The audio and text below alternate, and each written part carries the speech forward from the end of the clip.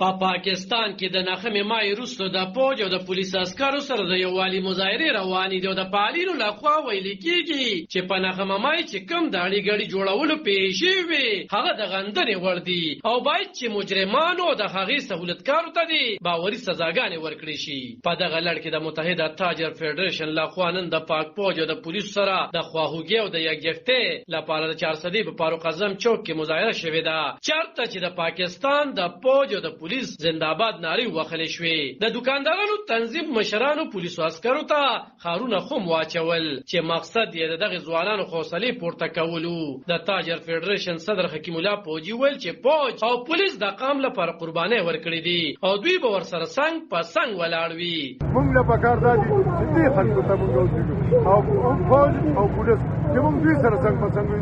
نن چې زموږ تنظیم ولاړ دی، زموږ تاجر برادر چې ولاړ ده، نو موږ د سیاسي پارټۍ اواز نه کوو چې پلانکي زنده‌باد او ډیګري زنده‌باد.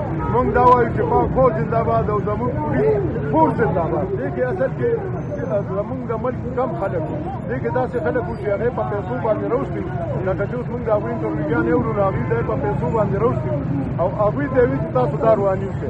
دې کې داسې شرپسند خلک وو، دې کې واړه خلک نه وو، غریبانان خلک وو، د تېروړو طلبګار وي.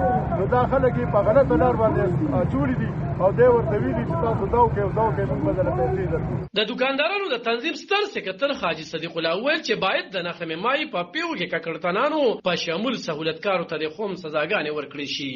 موږ په 9 مای باندې چې کوم واقعیت پر ملک کې وشو، نو هغه واقعي د هر یو ذي شعور پاکستاني کوم چې د ملک وفادار خلک دي هغې دپاره دا د یو افسوسناکه خبره وه چې دا کوم زموږ د پاک فوج په انسټالیشنز باندې یا د هغې په کورونو باندې یا د هغې په عماراتو باندې کوم حملې وشوې، دا یقینا د ملک دشمنۍ یو اقدام و.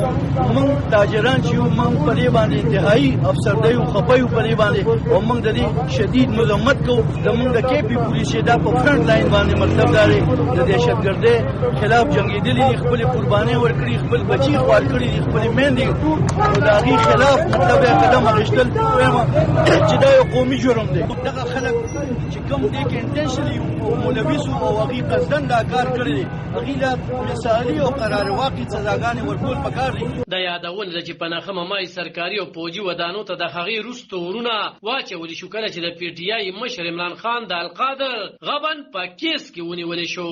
د هغې وروسته شرخواخو د پوجي شهیدانو مجسمې هم وسوځولې. دغه ناخمې مای ته په قامي کچ توره روز ویل کېږي. علب خان شیرپو، دلبر نیوز 400.